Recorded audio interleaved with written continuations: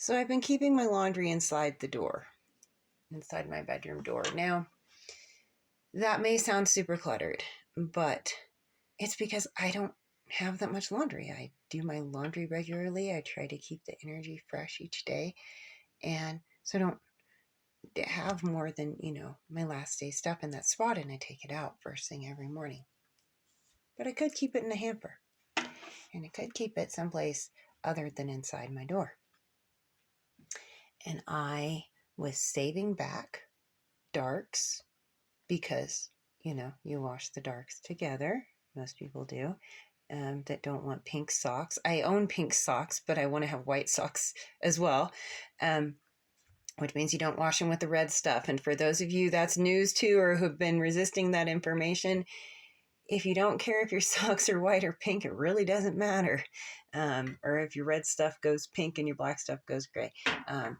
But I love enjoying the color spectrum of the world. And part of that means separating your laundry.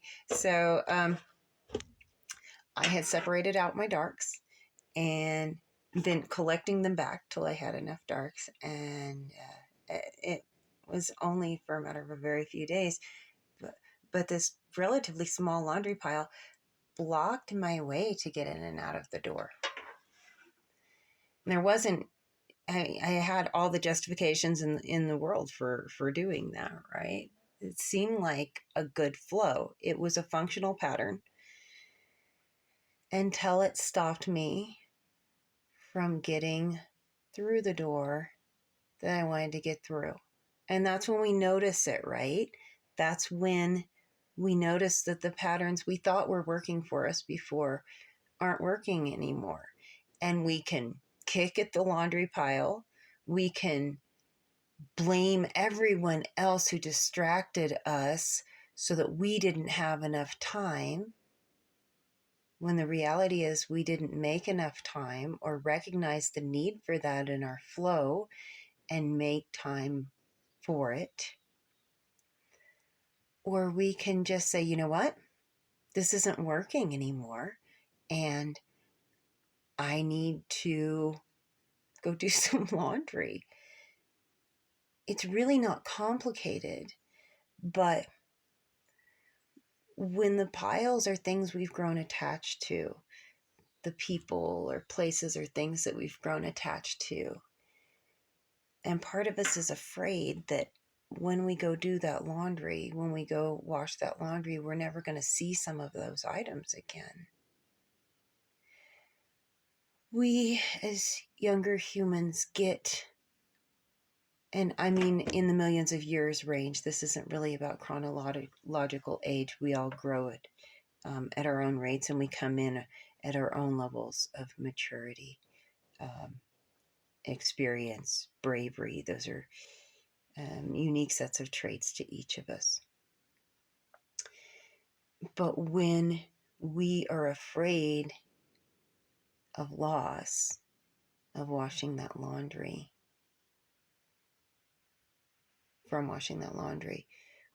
sorry y'all, my blood sugar's low. We can keep wrestling with that door however long it takes. But in reality, the world outside that door isn't fixed. The world outside that door has people moving past it, has opportunities moving past it, and some of them are our destinies and cannot and will not be stopped as long as we're focused on stepping forward. But in this period of time where we're aware at varying degrees, on varying levels, of how close we are to our better lives, to our dreams, to everything we ever wanted, to better than the universe could imagine for us. If and when we don't feel like we're there yet, it could be because we're already there and don't recognize it, which is a different kind of karmic pattern. If I had to categorize that, would be perfectionism, right? Because the circumstances aren't perfect, we don't recognize that we're already there. But it could be, and often is, that some manifestations or some beliefs that we choose to hold on to in that dirty laundry pile are things we just need to take a little extra effort, or in some cases, a lot of extra effort, and practice that until it becomes less of an effort, and clean up our own pile. Clean up our own little pile of karma. And the thing about karma is it's similar to in Sweat Lodge, and I won't give the details of anything in Sweat. But in Sweat Lodge, I noticed early on this lifetime that I didn't do sweat till like my late 20s. But I noticed from early on when I started sweating that we have the opportunity to let go of issues in sweat. And when we're looking at them, they look like mountains. And on the other side of them, they look like molehills. I call it mountain to molehill. I'm sure somebody else has called it that too, sometime or another. And that laundry pile can actually physically have manifested into a mountain. I've had mountains of dirty laundry before. I don't do that these days. And I don't think I'm a better person than when I had giant piles of laundry. But I do know that I have a lot better chance to be my better self, to experience more peace in life, to spend more of my time in ways that I want and towards things that I want, whether it's people, places, things, feelings, than things that I don't want.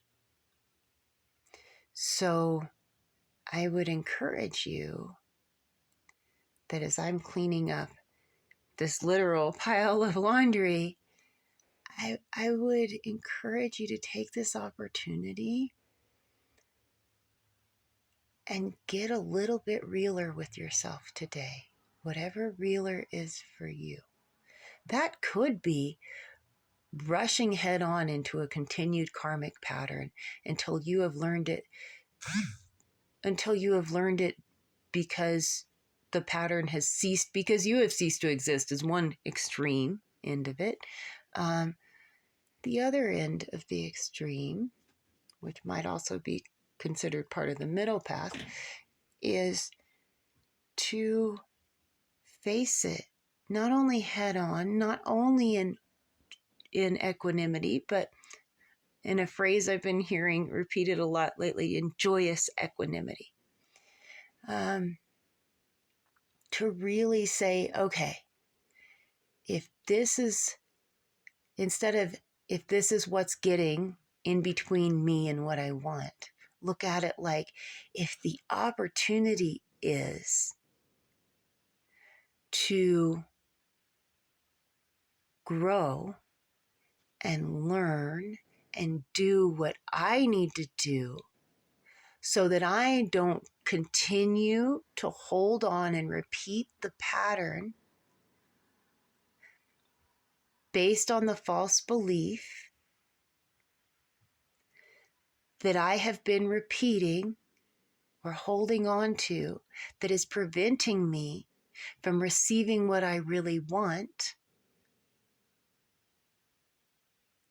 then isn't it exciting that in this incarnation, in this moment, in every moment, I get the opportunity to change that pattern? I get the opportunity to get out of my own way so that I can step into a flow that allows for me to experience a better version of me, that allows me to experience more happy, that allows me to love myself and others more, because that feels better. And in those times when I don't know what more love is going to feel like, I choose to trust that it feels better, while simultaneously being grateful for here and now, because here and now is this magic moment where I'm going from less joy to more joy and more happiness. Are you starting to get it now? Have you already been getting it, maybe on some level all along, but just hadn't been shown a space that was worthy of your trust? I've been through it. And there's other people who have been through more heinous things than me, but I've been through it, y'all.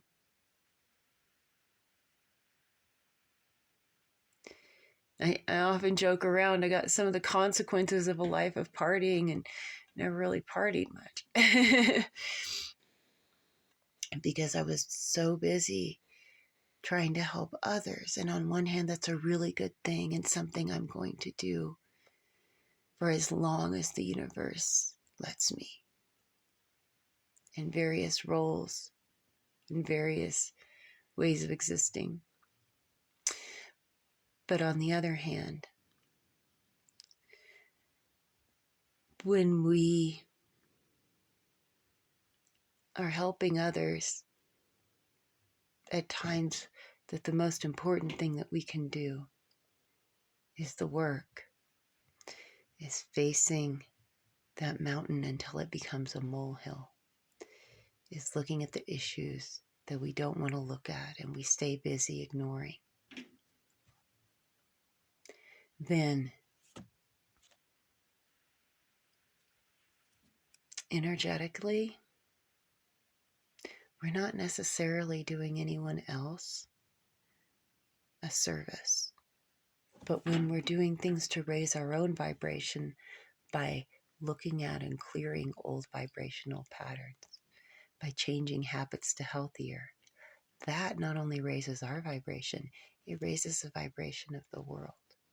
And for those of us who know we're here to help others, the toughest part is finding that balance by truly taking care of ourselves.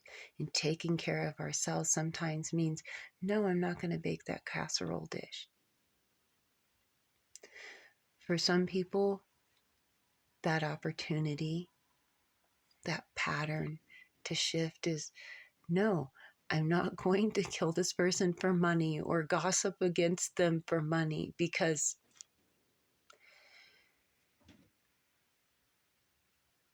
but what's the most ridiculous? Those of us who know the most what to do and don't do it. So rather than judging others, than rescuing others from their own karma, I would encourage you today to take this gift, the opportunity of this magic moment in time, and choose. Choose, if you can't choose the details of it, choose to imagine what it feels like to be less heavy, to be a little less sad. Imagine what that would feel like, just the beginnings of it. And then listen with the honest ear of the heart